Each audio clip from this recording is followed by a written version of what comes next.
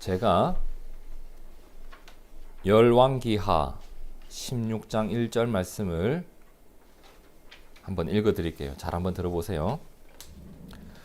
르말야의 아들 베가 제17년에 유다의 왕 요담의 아들 아하스가 왕이 되니. 우리가 오늘 마태복음을 읽어봤는데 그 마태복음 말씀을 살펴보기 전에 방금 읽은 이 말씀을 잘 알아야 할 필요가 있습니다. 이를 위해서 먼저 알아야 할 또 한 사람이 있는데 그 사람의 이름이 뭐냐? 디글랏 빌레셀입니다. 들어보셨나요? 디글랏 빌레셀 3세. 이 성탄절 아침부터 예수님 이야기하지 않고 잘 알지도 못하는 사람 이야기를 왜 꺼내나 이런 생각도 하시겠는데, 디글랏 빌레셀 3세, 이 사람이 누구냐면 BC 745년, 지금 2020년이죠. 그럼 2020년하고 745년 더 전에 어마어마하게 옛날 일입니다. 그죠? 그때 아수르라고 하는 나라가 있었는데 그 아수르의 왕이 누구냐? 디글랏 빌레셀 3세입니다. 이 사람은 유명한 사람이에요. 왜? 아수르를 아주 강력하게 만들었던 사람이거든요. 왕이라고 다 잘하는 거 아니에요. 근데 이 사람 정말 자신의 나라를 강하게 만들었던 사람이에요. 디글랏 빌레셀 3세가 있었던 그 시절 아수르의 세력은 정말 어마어마했고, 아수르가 그 세력이 컸으니까 다른 주변 국가들은 아수르가 어떻게 했을까요? 위협거리가 되었던 거예요. 그는 왕이 된 이후에 BC 735년경에 팔레스타인 지역, 여기가 어디냐면 옛날에 이스라엘과 블레셋이 있었던 땅, 현재 이스라엘 지역이라 생각하시면 돼요. 그 팔레스타인 지역에 군사와 상업 기지를 만들려고 합니다.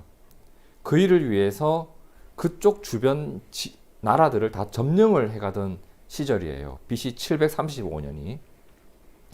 이렇게 아수르가 강하게 밀어붙이던 그 시절에 이스라엘의 상황은 어땠는가? 이스라엘은 남쪽 나라, 북쪽 나라로 분단이 되어 있었어요. 그리고 북쪽 나라보다 더 위쪽에는 현재 우리가 시리아 지역이라고 하죠. 그 시리아 지역을 차지하고 있었던 나라 이름은 아람이라고 하는 나라였습니다. 근데 지금 이쪽에 누가 쳐들어오고 있다? 아수르가 군사 상업 기지를 만들기 위해서 쳐들어오고 있는 상황이에요.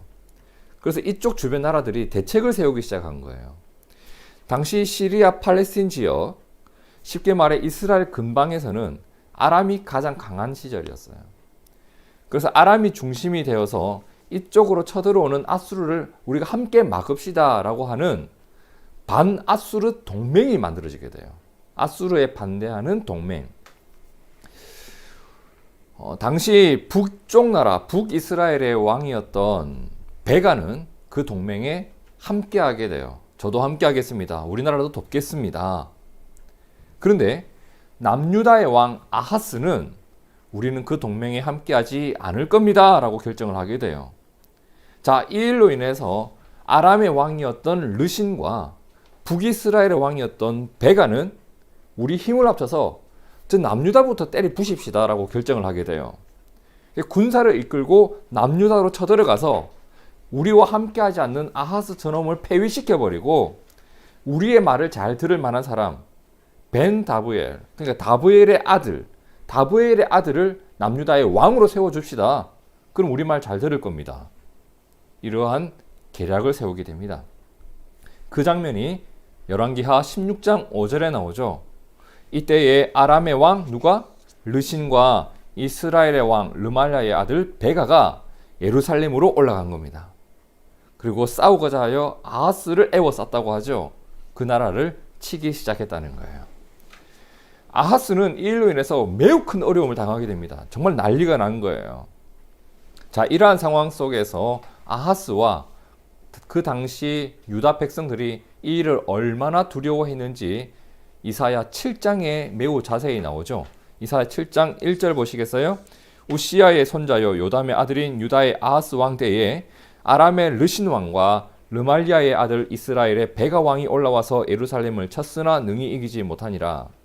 자, 어떤 사람이 다윗 집에 알려 이르되 아람이 에브라임과 북이스라엘 말하는 거예요. 그들과 동맹하여서 우리에게 쳐들어온다 하므로 왕의 마음과 왕 누구죠? 아하스와 그의 백성 누구죠? 남유다 백성들이 마음이 어땠어요? 숲이 바람의 흔들림 같이 흔들렸다라고 합니다. 바람이 불면 나무가 흔들리잖아요. 사사사사사 하고. 그렇게 마음이 계속 흔들리고 있었던 거예요. 어마어마한 두려움과 떨림이 그들의 마음과 생각 속에 이미 가득했던 거예요. 어떻게 하지? 어떻게 하지? 어떻게 해? 그런데 바로 이 시기였어요.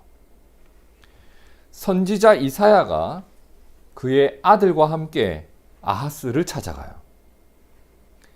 그리고 이 상황을 어떻게 헤쳐나갈 수 있을런지, 이 일을 어떻게 이겨나갈 수 있을런지 하나님이 나에게 이런 말씀을 주셨다라고 하나님의 말씀을 대신 전해주게 됩니다.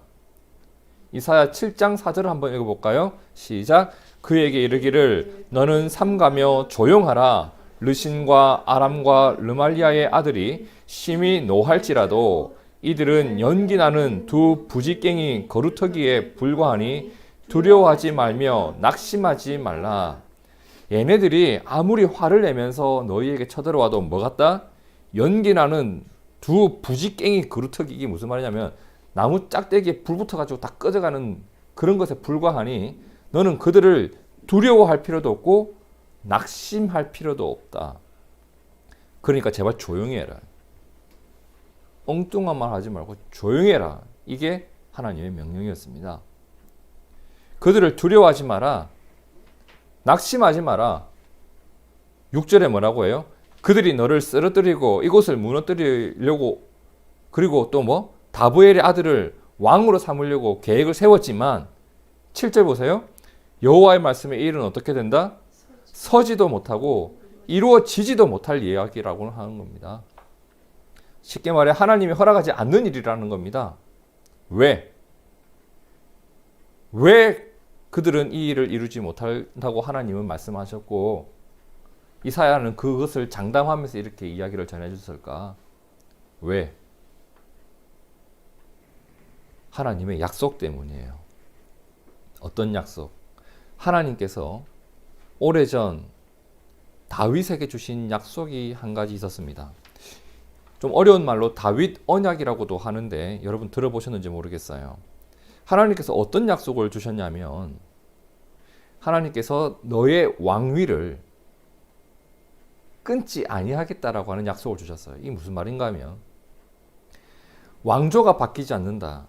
다윗의 혈통에서 왕이 대대로 날 것이며 그 왕조가 끊어지지 아니할 것이라고 하는 약속을 주셨어요.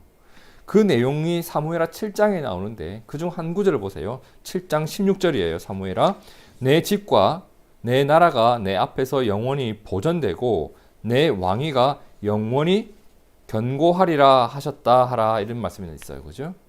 하나님이 무엇을 약속하셨다? 이 나라의 왕조가 지켜질 것을, 다시 말해서 다윗의 후손들이 왕위를 이어갈 것을 약속해 주셨단 말이에요. 자, 그런데 지금 아람과 북이스라엘이 무슨 계획을 세우고 있죠? 아하스를 폐위시켜버리고, 다시 말해서 다윗의 왕조를 끊어버리고 누구를? 다브엘의 아들이라고 하는 다른 사람을 왕으로 세우겠다고 했으니 그들은 하나님의 약속을 깨뜨리려고 하는 자들이니 하나님 이것을 허락하지 않을 것이다. 하나님이 허락지 않는 이 일 앞에서 그것이 위기처럼 보인다고 두려워할 필요가 없다. 하나님이 막아주실 것이다. 너희가 해야 할 일은 하나님의 약속을 믿고 아하스와 남유다는 하나님을 온전히 신뢰하는 그 자리에 굳건히 서 있기를 하나님이 원하신다. 이 말을 이사야가 전해주고 있었던 거예요. 하나님 분명히 말합니다. 주 여호와의 말씀에 이 일은 어떻게 된다? 서지 못할 일이고 이루어지지 못할 일이다. 하나님 말씀을 주셨어요.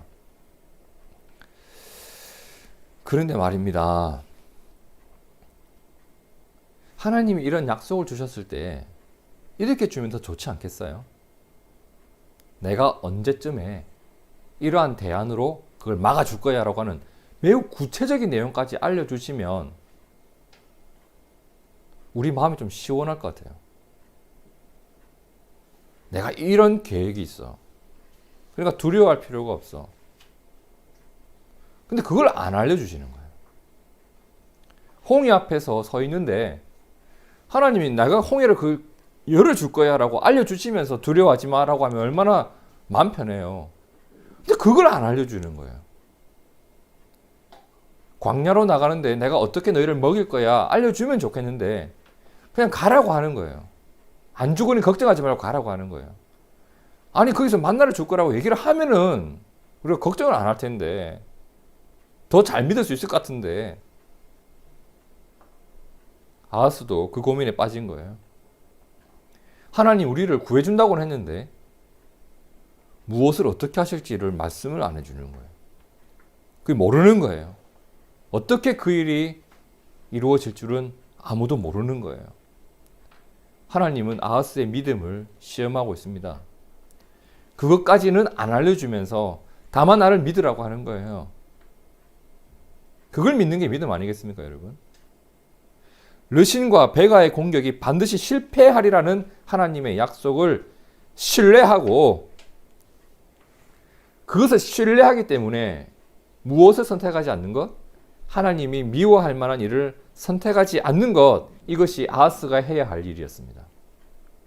신뢰하면 선택이 달라져요, 여러분. 그죠? 하나님을 믿으면 하나님이 미워하는 선택을 할 수가 없는 거예요. 그런데 지금 하나님은 아하스에게 내가 너에게 약속을 주었으니 너는 어떤 선택을 할래? 하나님이 보고 있었을 거예요.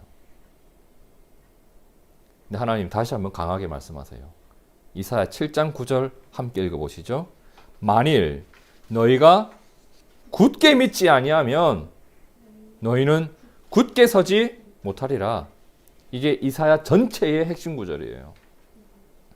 너희가 굳게 믿지 아니하면 굳게 서지 못하리라. 다시 말하면 굳게 서기 위해서 너에게 필요한 것은 굳게 믿는 것밖에 없다는 겁니다. 우리가 굳게 서기 위해서 필요한 것들이 얼마나 많아요, 우리 머릿속에. 많은 군사력도 필요하고 무기도 필요한 것 같지만 하나님은 아하스에게 말합니다. 너에게 지금 필요한 것은 굳게 믿는 것 이거밖에 없다. 그거 없으면 넌 굳게 서지 못해. 그리고 하나님은 아하스와 남유다 백성들을 제가 보기엔 이건 매우 특별한 배려 같아요. 흔하지 않는 배려예요. 매우 특별한 배려예요. 이 배려는 아하스와 남유다 백성들이 하나님이 주신 약속을 더 굳게 믿으라고 흔들림이 없도록 도와주시기 위해서 베푸신 배려 같아요. 그 배려가 이사야 7장 10절에 나오죠. 보세요. 여호와께서 또 아하스에게 말씀하여 이르시되 뭐라고 해요? 너는 내 하나님 여호와께 한 징조를 구해라. 한 징조를 구해라. 깊은 데에서든지 높은 데서든지 구하라. 어떤 것을 구해도 좋다는 말이에요. 무슨 말이냐? 하나님의 약속을 더 확실하게 믿을 수 있도록 네가 무엇을 말하든지 간에 내가 그 일을 베풀어 주겠다는 겁니다. 보증을 해주겠다는 겁니다. 그죠? 하나님의 약속을 흔들림 없이 의지하고 확신하는 자리에 굳건히 서 있을 수 있도록 어떤 일을 네가 한번 보여달라고 하면 뭐 갑자기 바람이 불었는데 나무가 쓰러지게 해달라고 하면 그걸 내가 해주겠다 뭐 이런 거예요. 그러니까 뭐든지 어떤 징조든지 내가 베풀어 줄 테니 한번 말을 해봐. 정말 특별한 은혜 아닌가요? 그런데 아하스가 이렇게 대답해요. 아하스가 이르되 나는 구하지 아니하겠나이다. 괜찮아요. 나는 여호와를 시험하지 아니하겠나이다. 매우 믿음 좋은 것처럼 대답하는데 이건 믿음 좋은 게 아니에요. 이 믿음의 고백이 아니라는 거예요. 나는 이사야를 통해서 주신 하나님 말씀을 죄송하지만 따를 생각이 없습니다. 저 따르지 않을 거거든요. 그래 뭐 굳이 뭐 징조고 뭐고 구할 필요도 없습니다. 저 어차피 그거 안 따를 거니까. 이해되시나요? 제가 가끔 전화가 와요. 고객님, 이번 기회에 핸드폰 한번 바꿔보시지 않겠습니까? 파격적인 조건으로 아이폰 요즘 뭐가 나오죠? 8 나오나? 9 나오나? 어쨌든 그 공짜로 바꿔드릴 수 있는 기회를 드리겠습니다. 잠시만 들어보시겠어요? 상담만 해보셔도 괜찮습니다. 라고 하는데 전 대답하죠. 내가 핸드폰 바꾸고 싶은 거 당신이 어떻게 알고 전화했지? 내 정보 어떻게 알았어? 고발할 테니 당신 연락처 내놔. 저는 당신의 말을 들을 필요가 없어. 왜? 전화기 바꿀 생각이 없거든요. 그러니까 거절을 해버린 거죠. 아무리 좋은 조건을 자기가 얘기해 주겠다고 들을 마음이 없어요, 저는. 그죠? 지금 아하스가 딱 그런 거예요. 저는 하나님의 제안을 받아들일 생각도 없고 따르지도 않을 것이니 막 굳이 특별한 징조를 제가 구할 필요도 없고 하나님이 그걸 베풀어 주실 필요도 없고 제가 그걸 또 확인할 필요도 없습니다. 지금 이렇게 말한 거예요. 근데 아하스의 마음이 어땠다고 했어요? 아까 전에 쳐들어왔을 때 다른 나라가 막 불안하고 두려웠거든요. 여러분 사람이 궁지에 몰리면 뭘 잡죠? 지푸라기라도 잡거든요. 아니 그러면 숲이 바람에 흔들리듯 두려워 떨고 있었던 그 사람은 이 하나님의 도움을 붙잡을 것 같지 않아요? 근데 안 잡아요. 왜? 다른 걸 잡은 거예요. 그러면 아하스가 뭘 잡았을까? 열왕기하 16장 7절이에요. 아하스가 누구에게? 아수르 왕 디글랏 빌레셀에게. 보세요 여러분. 지금 아수르가 쳐들어오니까 이쪽에서 이 아수르를 대항하기 위해서 반아수르 동맹이 만들어졌잖아요. 아람과 북이스라엘 동참했어요. 그죠? 얘네들이 근데 남유다로 쳐들어왔다고요. 그죠? 그러니까 아하스는 아수르에게 도움을 청한 거예요. 지금 이쪽에서 당신 나라에 대해서 반란이 일어나고 있으니 우리를 도와달라고.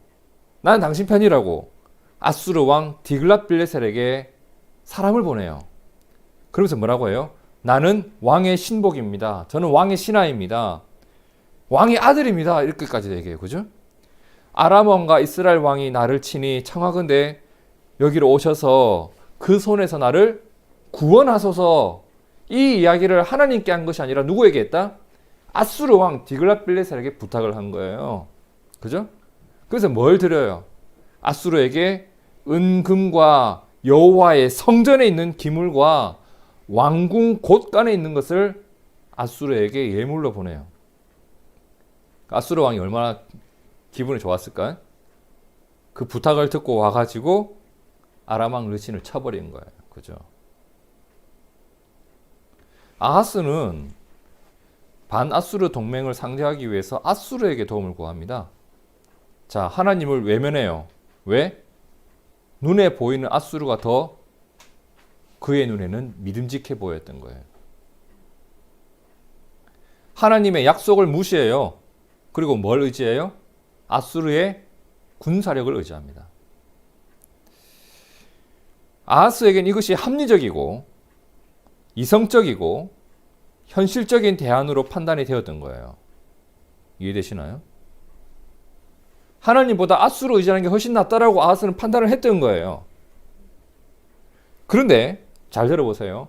아수르에게 내 삶의 문제를 부탁한다는 것은 이제 앞으로 아수르의 명령을 따른다는 것과 그 아수르를 섬긴다는 것과 심지어 아수르의 종교까지 받아들이는 것이 다 포함되어 있었습니다.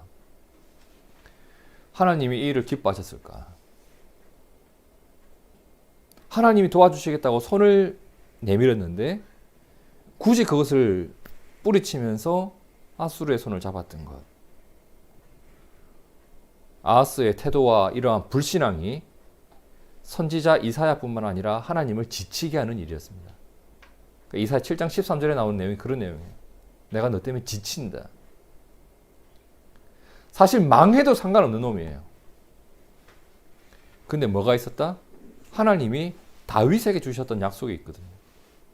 그것은 다윗에게 주셨지만 남유다, 이스라엘 전체에게 주셨던 하나님의 약속이잖아요. 하나님이 그 약속을 어기지를 않아요. 하나님이 그 일은 막아줘요. 아하스가 폐위되는 건 막아준다고요. 근데 아하스가 잘해서 막아주신 건가요? 아니에요. 그가 잘해서 막아주신 게 아니에요. 아하스가 옳은 선택을 해서 살아남은 게 아니에요. 그가 살아남았던 이유가 뭐예요? 그의 선택과는 무관해요. 그냥 하나님의 전적인 은혜이고 하나님의 결정이었던 거예요. 그죠? 그리고 아하스는 무엇을 구하지 않았다? 하나님이 보여주겠다고 한 징조를 구하지 않았죠. 왜? 하나님을 신뢰하지 않으니까. 근데 아하스는 구하지 않았지만 하나님이 친히 보여주신 징조가 한 가지 있었다고요. 이사야 7장 14절을 한번 읽어볼까요? 그러므로 주께서 친히 징조를 너희에게 주실 것이라. 보라, 처녀가 잉태하여 아들을 낳을 것이요 그 이름을 임마누엘이라 하리라. 자, 이 구절이 여기서 나와요. 처녀가 잉태하여 아들을 낳을 것인데 그 이름을 임마누엘이라 하리라. 이 구절은 정말 어마어마한 해석들이 있어요. 너무 많은 해석들이 있어요. 근데 우리가 수용할 만한, 우리의 믿음을 해치지 않는 선에서 그것을 묵상을 해보면 아하스 시절에 이 내용이 어떠한 모습으로든 펼쳐졌을 거예요. 이 징조가 아하스에게 어떻게 이해되었고 그에게 어떠한 모습으로 나타나는지는 성경에 나와 있지 않아요. 그러니까 우리가 알 수가 없어요. 다만 하나님이 이 징조를 어땠다? 친히 보여주셨다. 그리고 그 징조를 통해서 하나님이 아하스와 유다 백성들에게 깨닫게 하신 것이 있었죠. 그게 뭐예요? 너희가 지금의 어려움을 너희의 힘이 아니라 내 힘으로 반드시 돌파하게 될 것이다. 하지만 그것은 너희가 잘해서가 아니라 너희의 악행에도 불구하고 너희에게 불신앙에도 불구하고 내가 너희와 함께한 결과, 임마누엘의 결과이다. 이것을 잊지 말라고 하나님이 친히 그들에게 징조를 보여주셨던 거예요. 그렇죠? 실제로 남유다는 하나님의 약속대로 그리고 징조에서 약속해 주셨던 대로 하나님의 의지대로 하나님이 그들과 함께 하셔서 아람과 북이스라엘의 공격을 이겨내긴 해요. 하지만 아하스는 하나님을 어떻게 했다? 불신했잖아요. 그래서 그의 왕조는 끊어지지 않았지만 그 대가는 치르게 돼요. 아수르에게 잠시 도움을 받았죠. 근데 이제 결국 아수르에 의해서 큰 봉변을 당하죠. 역대하 28장 20절을 보세요. 아수르 왕 디글랏 빌레셀이 그에게 이르렀으나 돕지 아니하고 도리어 그를 공격해버리는 거예요. 아하스가 어떻게 해요? 여호와의 전과 왕궁과 방백들의 집에서 재물을 다 가져다가 온 나라의 재물 다 끌어다가 아수르 왕에게 주었지만 그에게 무엇이 없었다? 유익이 없더라. 결국 세상을 의지한 그는, 그의 이성적 판단을 의지했던 아하스는 유익이 없는 자였습니다. 그의 판단이 틀렸던 거예요. 다만 무엇이 그를 살렸다? 하나님의 은혜야, 하나님의 능력과 하나님의 함께하심과 하나님의 돌보심이 그가 살아남을 수 있었던 이유였다. 나의 불신앙에도 불구하고 하나님의 전적인 은혜가 나와 함께 하셨기 때문에 이루어진 것이 뭐였다? 구원이었고 삶이었다는 겁니다. 그죠? 그렇다면 이제 이 부분을 정리를 한번 합시다. 이사야 7장 14절의 말씀, 이 말씀이 어떤 말씀이었죠? 먼저 이 징조는 아하스가 구한 징조였나요? 아니에요. 아무도 구하지 않았습니다. 주께서 친히 주신 징조였습니다. 하나님이 은혜로 보여주신 징조였다는 거예요. 그러면 이것은 백성들이 하나님을 의지했기 때문에 하나님이 주신 징조였나요? 아니에요. 백성들은 하나님을 신뢰하지도 않았습니다. 그럼에도 불구하고 하나님은 그들에게 주셨던 약속을 지키기 위해서 받을 자격 없는 자에게 오히려 죄만 늘려가고 있는 그들을 위해서 징조와 역사를 보여주셨다는 겁니다. 그들은 하나님을 버렸지만 하나님은 그들을 버리지 않았기 때문에 주신 징조예요. 이것이 하나님이 그들과 함께 하신다는 임마누엘의 은혜였고, 자격 없는 자에게도 주어졌던 이해할 수 없는 은혜, 긍휼이라고 합니다. 그렇다면 이제 오늘 본문 마태복음 1장 18절을 한번 보시죠. 예수 그리스도의 나심은 이러하니라. 예수 그리스도의 나심은 이러하니라. 오늘 말씀 이렇게 시작합니다. 그죠? 예수 그리스도의 나심은 이러하니라. 우리가 이것을 한번 생각해 봅시다. 우리가 하나님께 우리 죄를 용서받을 길을 열어달라고 구해본 적 있나요?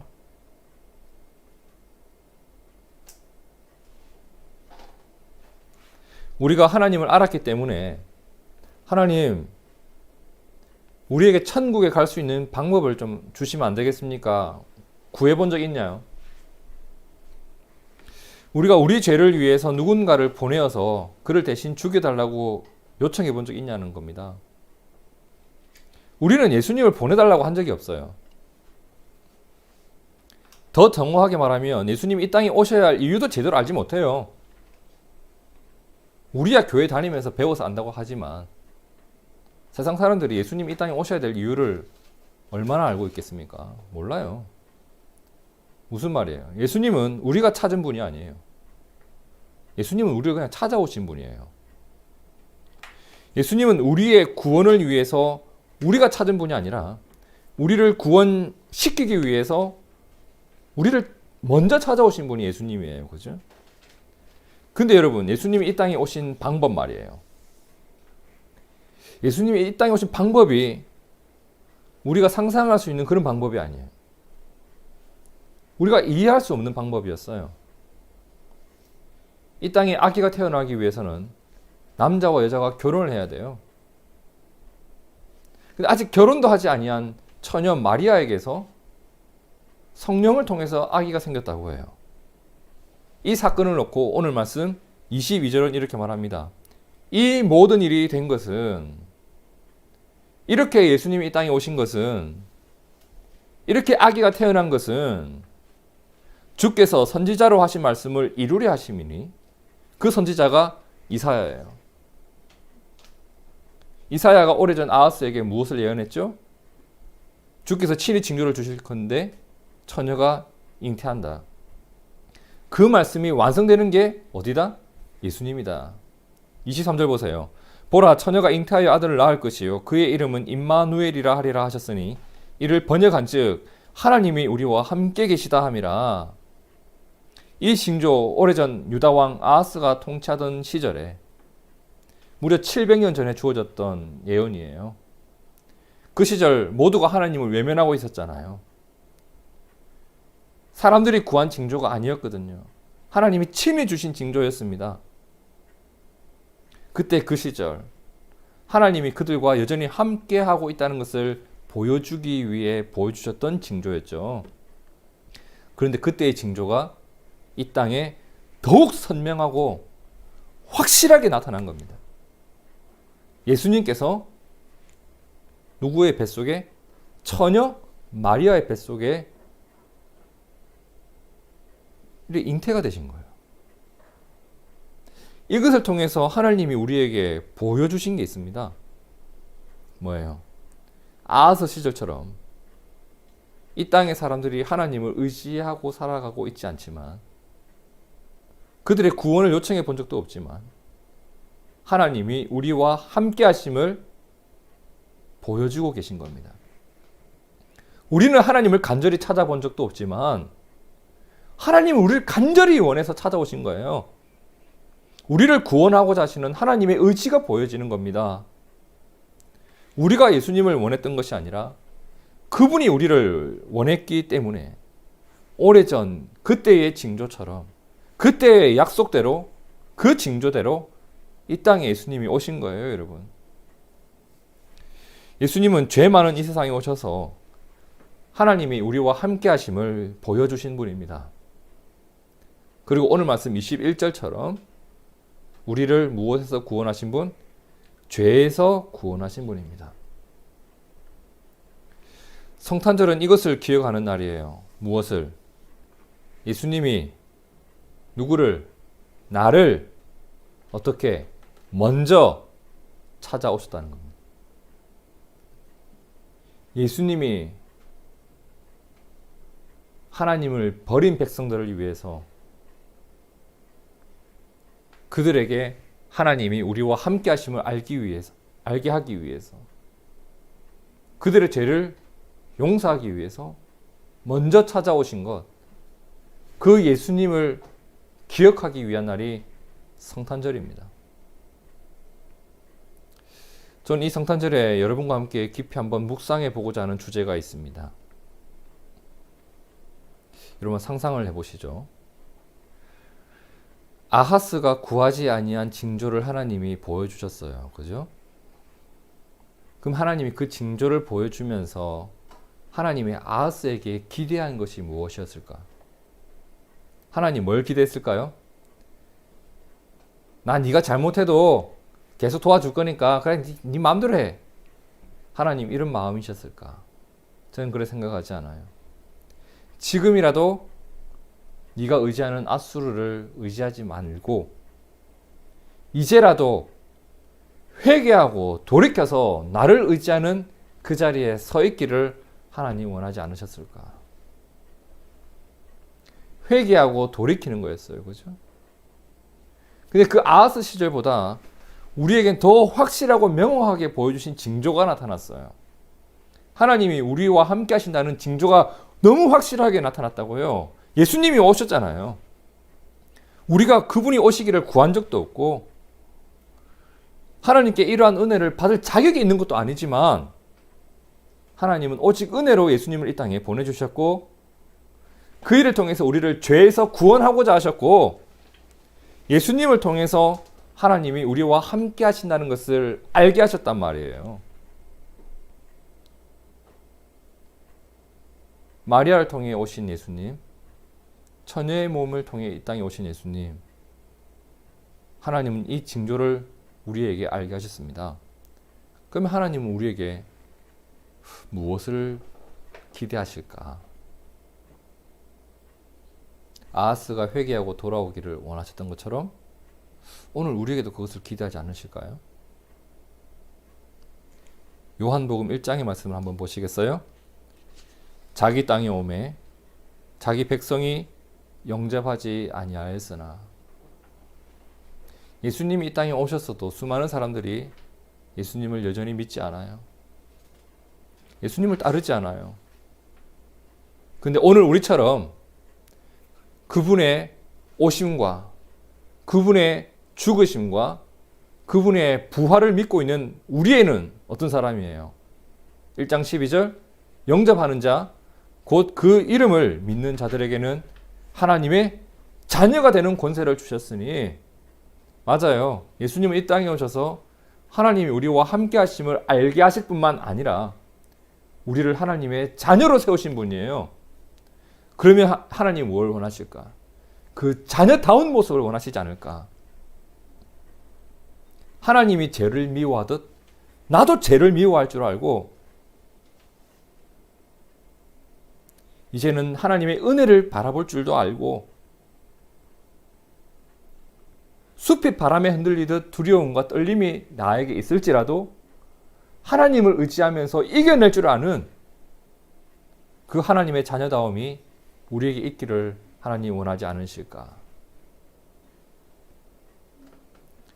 성도 여러분, 우리가 아하스처럼 징조를 보고도 하나님께 돌이킬 줄 모르는 어리석음과 교만에 완전히 우리에게는 없기를 축복합니다.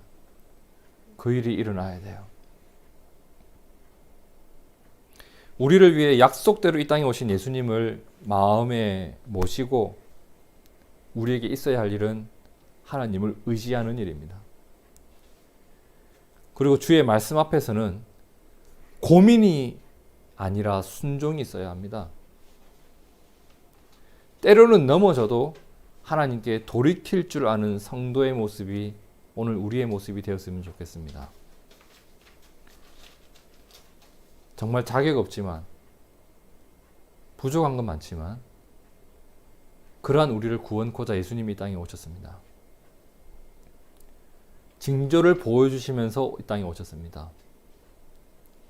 예수님은 우리에게 계속 알게 하시는 거예요. 하나님이 너희와 함께 하신다. 그리고 너희 죄를 용서하고자 하신다. 이제는 하나님의 자녀로서의 삶을 살아가도록 하여라. 이것이 이 땅에 오신 예수님께서 우리에게 주신 메시지입니다. 그러한 하나님의 자녀다운 모습이, 자녀다운 마음이 오늘 우리에게 있고, 하나님이 우리와 함께 하신다는 것을 믿고 선택하지 말아야 될 것은 선택하지 않고 하나님을 신뢰하면서 내 삶을 살아가는 우리 모두가 되기를 진심으로 축복합니다. 함께 기도하겠습니다.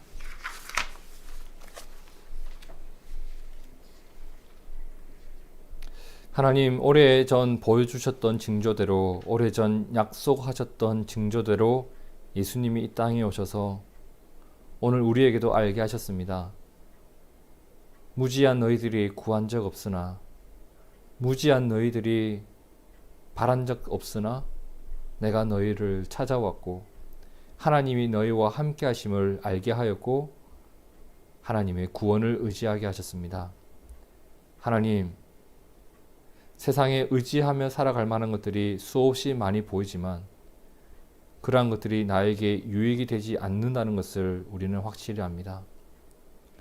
아수르를 의지했던 아하스에게 유익함이 없었던 것처럼 세상 것들에 의지했더니 그 힘이 사라지는 순간 나에게 유익이 없는 것을 우리가 이미 많이 경험하며 살아왔습니다. 이제 나의 유익이 하나님께 있음을 고백합니다. 내가 살아온 것이 내가 이것저것 의지하며 살아온 삶의 결과가 아니라 나의 연약한 모습에도 불구하고 신실하게 나를 붙드셨던 하나님의 은혜의 손길 덕분이었음을 고백하게 됩니다.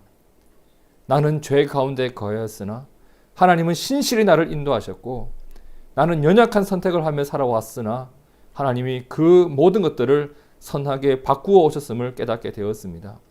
나의 잘남이 아니라 하나님의 선하신 손길이 나를 살렸습니다.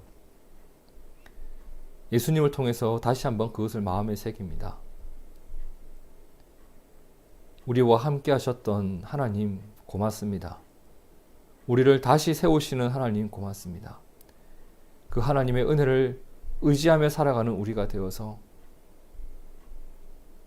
이제는 하나님의 자녀다운 모습이 내 삶 가운데 있고 하나님이 기뻐하시는 선택이 내 삶 가운데 있는 우리가 되어지게 하옵소서. 주님께 드릴 선물이 우리에겐 그것밖에 없는 것 같습니다. 나를 위해 이 땅에 오신 당신을 믿고 당신을 의지하며 살아가겠습니다. 이러한 믿음을 우리에게 선물로 주셨고 또한 이 믿음으로 살아가는 것을 당신께 다시 선물로 드리오니 우리와 함께 동행하여 주시고 흔들리는 우리의 마음을 굳건하게 하여 주시고 하나님 의지하는 삶을 복되게 하여 주시옵소서. 살아계신 예수님 이름으로 기도하옵나이다. 아멘. 자, 성탄절을 이렇게 우리가 보내고 있습니다. 어젯밤 제가 한 2시 좀 넘어서까지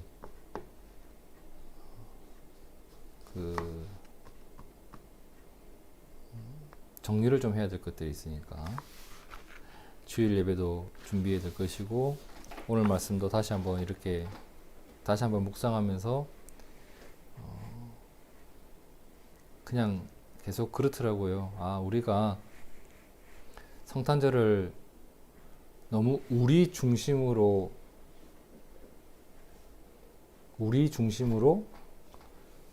보내어 왔던 것 같다. 하나님께서 가장 원하시는 게 뭘까? 하나님께서 우리에게 이 성탄절을 통해서 어떤 일이 있기를 원하실까? 저의 고민일 뿐만 아니라 여러분의 고민이 되기도 하고 그랬으면 좋겠어요. 예, 하나님께 우리가 드릴 수 있는 것은 그분을 신뢰하는 일 같습니다. 계속 묵상을 해봐도 그거밖에 없어요. 결국 그 묵상을 하다가 아하스까지 고민이 흘러간 겁니다. 하나님은 그 시절에 하나님을 믿고 의지하기를 원하셨는데 예수님을 통해서도 우리에게 뭘 알게 하셨다? 그의 이름을 임마누엘이라 하리니 이는 하나님이 너희와 함께 계시다.